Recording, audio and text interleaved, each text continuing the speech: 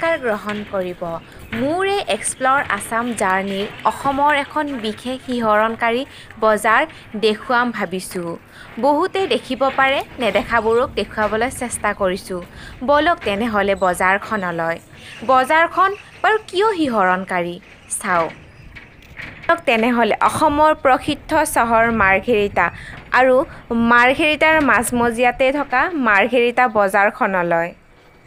বহুতে হয়তো ইউটিউবতো দেখিব পাৰে যে বেংককত হওক বা চীনতেই হওক এইদৰে ৰেলপথৰ ওপৰতে বজাৰ বহে আৰু যেতিয়া ৰেলখন গুচি যায় আৰু তেতিয়াই তাতে পুনৰ বজাৰখন বহে। গতিকে আৰু আমাৰ অসমতো এনেকুৱা যে এখন বজাৰ থাকিব পাৰে হয়তো বহুতেই নাজানে। গতিকে মই দেখুৱাবলৈ চেষ্টা কৰিছোঁ আপোনালোকক যে কিদৰে ৰেলপথৰ ওপৰতে এখন বজাৰ যেনে আপোনালোকে কিদৰে ৰেলপথৰ ওপৰত বজাৰখন হয়। আপুনি কি পাব এই বজাৰখনত সোধাৰ সলনি কি নাপায় সেয়া সুধিলেহে চাগে বেছি ভাল হ'ব। হয়তো এতিয়া ভাবিছে যে ৰেল চাগে নচলে, কিন্তু শুনি আচৰিত হ'ব আপুনি যে ইয়াত নিয়মিতভাৱে ৰেল চলাচল কৰা হয়।